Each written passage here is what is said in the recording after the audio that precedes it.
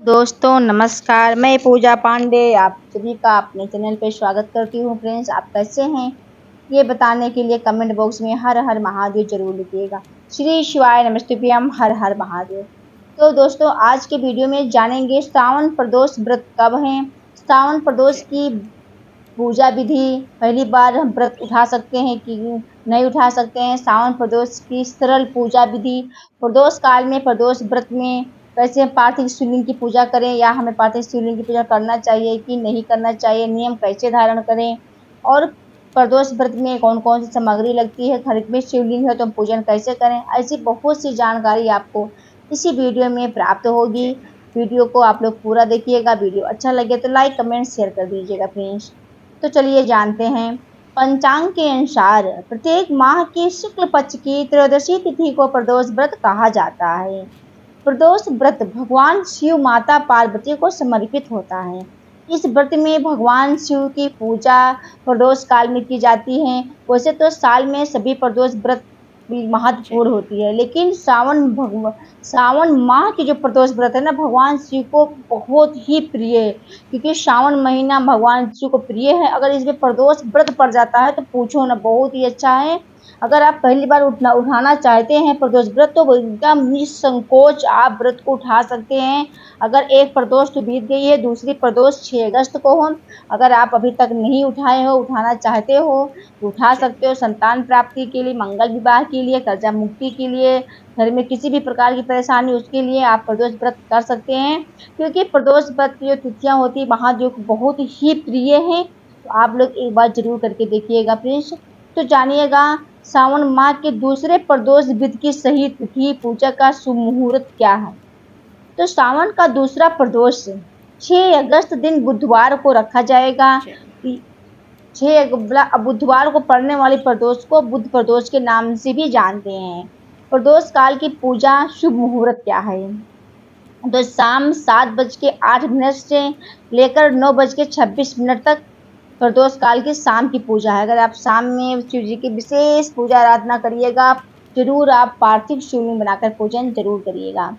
संकल्प कैसे आपको, अब सुबह की पूजा आपको प्रदोष के दिन कैसे करना है तो आप लोग जान लीजिए। सुबह स्नान कर लीजिए। स्नान करने के बाद में पूजा मंदिर में आ जाइए। पहले तो आपको व्रत का संकल्प लेना, मतलब भगवान को स्नान करा दें, भगवान को धूप दीप लगा दें, पुष्प वगैरह समर्पित कर दें। उसके बाद में आपको भगवान के सामने एक पुष्प रखकर जल थोड़ा अच्छा डालकर भगवान के सामने संकल्प लेना है। भगवान से विनती करना, महादेव में आपका प्रदोष व्रत सूर्य मनोकामना पूरी करना, महादेव हमारी मनोकामना को पूरी करना। ऐसा करके धरती माता को आप नीचे गिरा दीजिएगा। फिर आप लोग देख रहे हैं कि आपको एक लकड़ी का पाटा लेना है, उसके ऊपर आपको एक कपड़ा शुद्ध साफ बिछा देना है।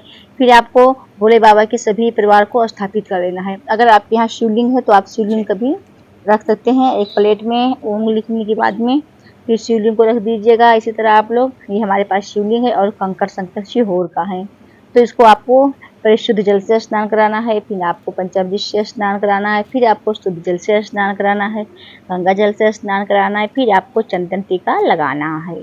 चंदन टीका में आप सफेद टीका भी लगा सकते हैं और पीला टीका भी आपको चंदन आपको लगा देना है। शिवलिंग पे लगाना है, फिर महादेव को लगा देना है।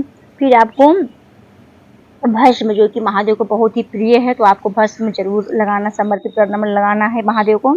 तो महादेव के सपरिवार को भी लगा देना है, तस्वीर में भी और शिवलिंग पर भी। अक्षत दाना आपको जरूर समर्पित करना है, क्योंकि अक्षत जो है ना, चावल का अक्षत और पूर्ण अक्षत, देखो संपूर्ण मतलब कि पूरा होना चाहिए, टूटा पूरा चावल नहीं होना चाहिए। और चावल चढ़ाने से अक्षय की प्राप्ति होती है, मतलब धन की प्राप्ति होती है। फिर आपको बस नमक का लावा समर्पित कर देना है विष्णु भगवान, मतलब कि महादेव को। साथ में आपको गौरी गणेश को भी रख लेना है। ये हमारी गौरी गणेश पहले से बनी हुई है, तो मैं उनका भी पूजन साथ में कर दे रही हूँ। उसके बाद फिर आपको पुष्प समर्पित करना है, जो भी आपके पास पुष्प, बेलपत्र, धतूरा, भांग, आंकड़े का पुष्प, जो भी आपकी जितनी भी सामग्री आपके पास है जो महादेव को बहुत ही प्रिय है, उसको समर्पित कर दीजिएगा एक एक करके। और पूजन में आपको इत्र जरूर रखना है, क्योंकि इत्र महादेव को बहुत ही प्रिय है, तो आपको साथ में इत्र रखना है। पूजन के बाद में आपको इत्र लगा देना है। फिर उसके बाद में आप बेलपत्र तस्वीर की। तो अगर आपको शिव की विशेष पूजा आराधना उस दिन करना है, सुबह आपको शिव अगर मंदिर जाते हैं तो मंदिर भी जाके वहाँ का पंचामृत से स्नान कराएं, जल से स्नान कराएं, गंगा जल से स्नान करें, धूप दीप पुष्प समर्पित करें। अब उसके बाद दुर्बा आप प्रदोष के दिन दुर्बा आप लोग बेलपत्र जरूर समर्पित करिएगा। अगर आपको किसी कारणवश दुर्बा नहीं मिल रही है तो उसकी जगह आप एक चावल का अच्छा रख दीजिएगा, लेकिन कोशिश करिएगा दुर्बा चढ़ाने के लिए। और सावन के महीने में कनेर पुष्प का विशेष महत्व है, तो कनेर पीला कनेर का फूल अगर आपको मिल जा रहा है तो आप जरूर लगा चढ़ाइएगा महादेव को।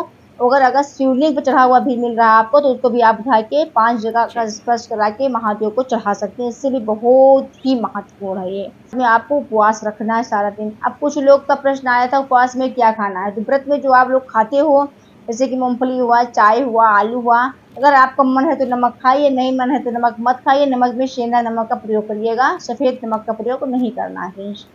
प्रदोष काल में फिर स्नान करके स्वच्छ वस्त्र धारण कर लें, शुभ मुहूर्त में पूजा करें, हो सके तो शाम के समय पार्थिव शिवलिंग बनाकर पूजा करें।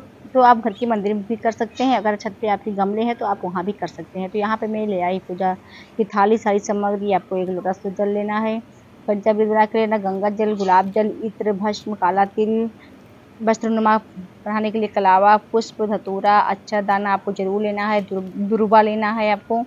ये सारी सामग्री है पार्थिव शिवलिंग की पूजन करने के लिए, आप लोग देख सकते हैं। प्यारा सा शिवलिंग बना लेना है। शिवलिंग पे आपको पहले शुद्ध जल से स्नान कराना है। आप जब शिवलिंग बनाए तो आसन आपको बेलपत्र का लेना है, फिर शुद्ध जल से स्नान कराएं, फिर गंगा जल से स्नान कराएं, फिर आप पंचामृत से स्नान कराइए, दूध से स्नान करिए, फिर आपको शुद्ध जल से स्नान करा देना। फिर आपको पुष्प, जितने भी पुष्प आपको समर्पित कर देना है, आपको बेलपत्र समर्पित करना है, महादेव को 1 दीपक घी का जला देना है। तो आप अपने गमले की मतलब जो गमला है उसमें भी आप जो गमला में पौधे लगाए उसकी मिट्टी ले सकते हैं। आप अगर मिट्टी रखी है तो उसको भी ले सकते हैं। अब आप गमले में भी पूजन कर सकते हैं, अपने मंदिर में लाके सब कर सकते हैं। नहीं आप छत पे जाके, अगर छत पे है या लॉन है आप वहाँ भी जाके अगर बेलपत्र का वृक्ष मिल जाता है उसके नीचे करते हैं तो बहुत ही और अच्छा है। नहीं तो आप किसी भी गमले में पार्थिव शिवलिंग बनाकर विशेष पूजा अर्चना करिए, महादेव का स्मरण करते हुए पहले आप पार्थिव शिवलिंग बनाइए, फिर आप शुद्ध जल से व्रत कथा पढ़े या सुने। आप व्रत कथा पढ़ भी सकते हैं और सुन भी सकते हैं। फिर आरती करें। बुध प्रदोष के दिन महादेव के साथ भगवान गणेश जी की पूजा का बहुत ही विधान है और माता पार्वती का भी पूजन करना चाहिए। कहा जाता है सावन प्रदोष के दिन महादेव माँ पार्वती की विशेष पूजा अर्चना करने से महादेव की असीम कृपा बनी रहती है और बहुत ही महादेव प्रसन्न होते हैं।